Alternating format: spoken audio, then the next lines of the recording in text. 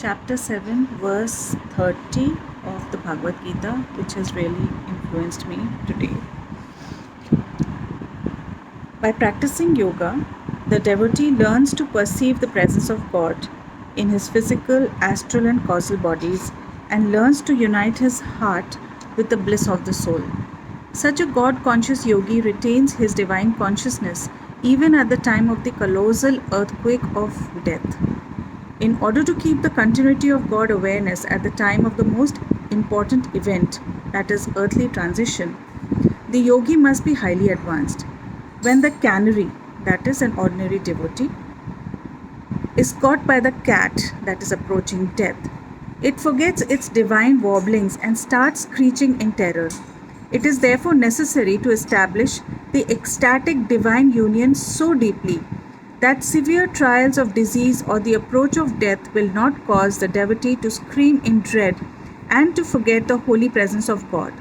A great master, even during the state of a painful death, can commune with his Maker. The Lord's tests are sometimes very subtle.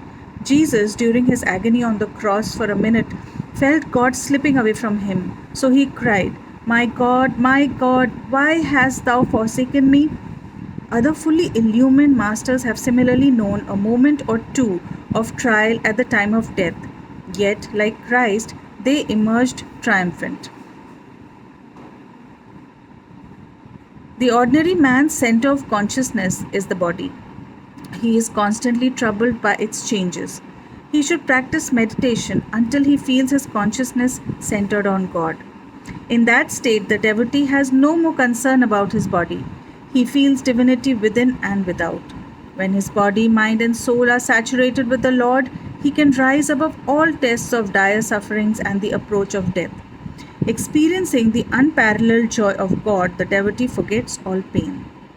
An ordinary man usually leads a reckless life, little understanding its purpose.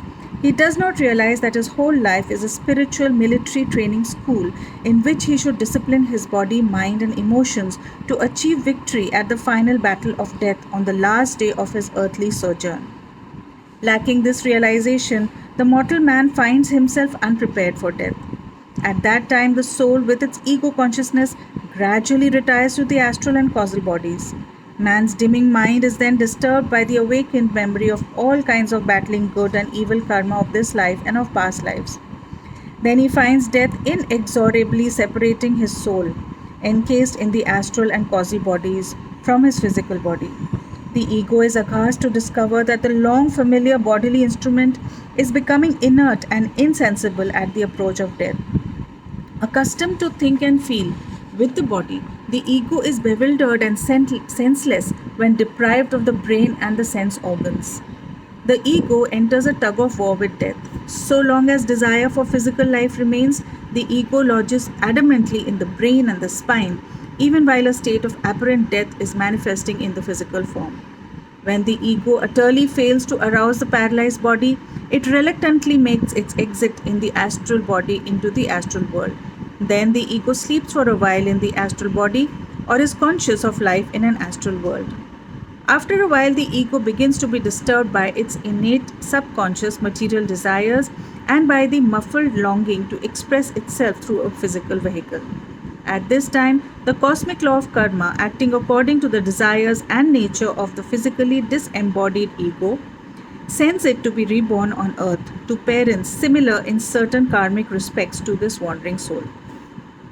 The parents to be unknowingly generate during coition an astral light of united positive negative currents in their coccygeal regions, which is referred to the sperm and ovum.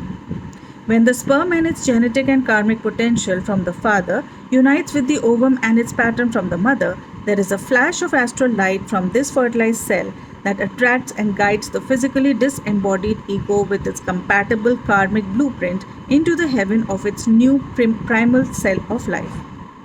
A yogi thoroughly trains himself throughout his life, practicing non-attachment to the objects of sense and harmoniously uniting his ego with his soul. A yogi thoroughly trains himself throughout his life, practicing non-attachment to the objects of sense and harmoniously uniting his ego with his soul by disconnecting life force and mind from the senses. Thus, he can withdraw his ego at will from the material world. Then, by sensory motor relaxation, he learns to withdraw his ego, life force, and mind from the physical body into the inner organs and spine. By voluntarily by voluntary relaxation, he withdraws his ego, life force, and mind upward through the seven cerebrospinal centers and unites them with the bliss of the soul. Finally, he withdraws his soul, that is detached from his ego nature, his bodily operative consciousness, his life force, and his astral and causal bodies, and unites it with spirit. Thus, an expert yogi who can merge his soul at will in God and who is free from all material desires does not ordinarily feel, at the approach of death, any physical or mental agony or the tug of war between death and the physical desires. Finding his karmic term in the bodily prison over, he gladly makes a grand exit. He does not return to this world unless he is so commanded by God, for he has learned all the lessons that this earth was created to teach.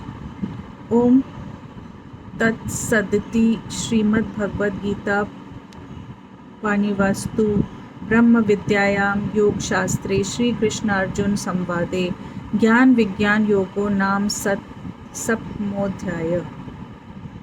That is Om Tat Sat in the Upanishad of the Holy Bhagavad Gita, the discourse of Lord Krishna to Arjun, which is the scripture of yoga and the science of God realization. This is the 7th chapter called the Yoga of Knowledge and Discriminative Wisdom. Thank you. This made a lot of sense to me, and I would like to revisit this recording over and over so that this gets lodged in the mind, in the subconscious mind, so as to prepare for the exam, the final exam. Thank you.